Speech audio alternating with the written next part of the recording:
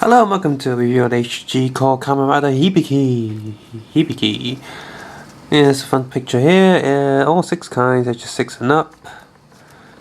10th anniversary here. So you got all the figures listed up here, Bandai and all that.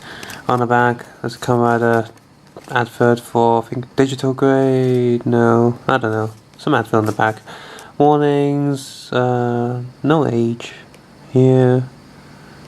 Nothing special on this piece of paper, but when I bought it, it turns out that the seller put 2 of the same, so I can put that in the back.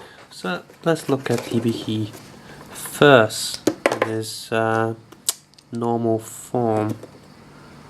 Because this is one of the newer HG cores, which means they actually have better stand plastic things. So here's him about to do his drum. The sticks they use actually has transparent plastic, which means that these 2 pieces are most likely transparent all the way through and just have paint all over it, even paint inside the peg area. The plastic doesn't really join too well and the stand is quite loose.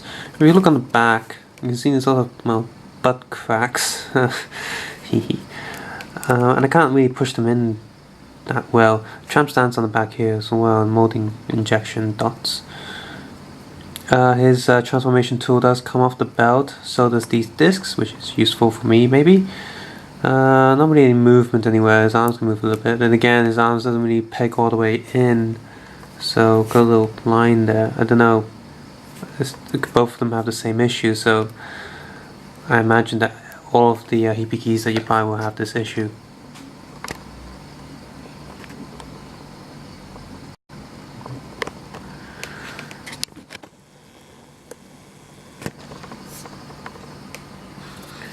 So yeah, nothing underneath, just more labeling at bottom of his foot. Detail molding colors are all pretty accurate and pretty nice, and because of Hibiki's design nature, he doesn't have any compound eye, so these things look great because they don't need to have the compound eye effects, although if they did have to, they can use transparent plastic like they did in here. Even though this is transparent plastic, you can still see the flame quite clearly on there, so that's good. Put them in the back there. Well, let's go to Hibiki transformed.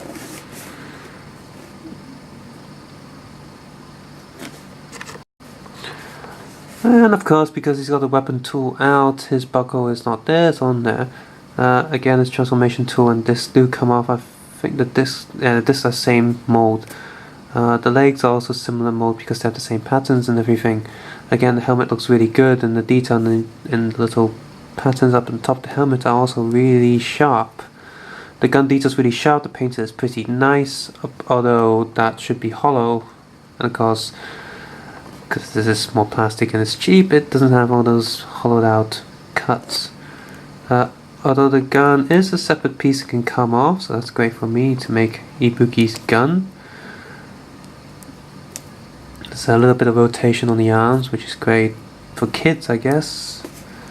Nothing at the bottom of his feet, tramp stand right there, made in China. Detailing painting on the back are just as good as the front. There's a lot of detail going on with all the injection. These look great in terms of show accuracy, apart from that bit right there.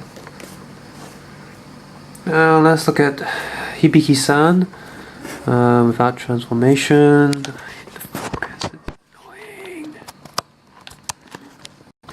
I actually have macro mode set open, but annoying.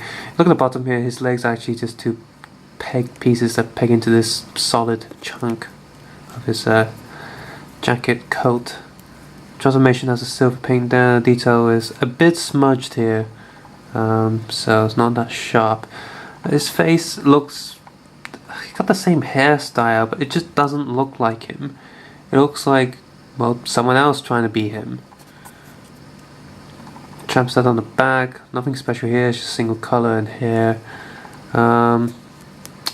They can't get the human faces quite right. I mean, the transformation looks are fine, but these not so much. Next we have Hibiki-san. He looks a little bit more like his show counterpart, but he still looks like he's someone else wearing some sort of rubber mask to look like him. The tool is embedded into his hand, so he can't do anything there.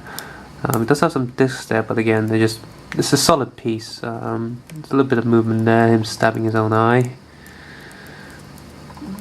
He doesn't even have the mouth in a blowing position, so it doesn't look like he's blowing his little transformation tool. Nothing about him is full apart from some random markings. Tramps down on the back of his coat. Yeah, the human details just not that good. There's some paint issue there, black dots showing through. And last we have Himi or Doji. I don't know which one it is, but it's the spider kind. It says here 7 spider. Yeah. Because you can't tell the gender because there's nothing there, and they both look the same. And then yeah, you can tell the spider designs from here on the top of the head, where the lines go. And these pegs keep falling off, but they do keep the figure standing up. Tramp stand on the scarf on the back, which is really obvious because it's on the white. It'd be better if it's on the black areas. The black area is sort of shiny, metallic-ish. Imagine if you have black brown paint with a bit of metallic silver mixed into it. Of course, the dark color would take over, but you can still see the shininess. The hands do have little black tips on them. On the other side, it's just single color. So most of the detail on the front, although the molding is pretty nice, it's got this nice muscular mummy effect. It is, it's there. So in terms of non-rider characters, this one looks good. Of course, I won't be needing most of these. For example, these 4 in the middle. So I'll be using these 2. The rest, I'm going to be reselling them on eBay when I'm back in the UK. So yes, take care, have a nice day, subscribe, comment, and suggest below. Also check out Open Media Hong Kong, which is the website set up by one of my church friends in Hong Kong.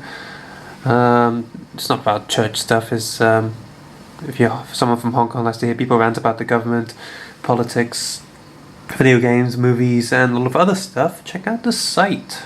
So yes, take care, and have a nice day. Also check out the Facebook for some supplemental photographs of this review. Bye.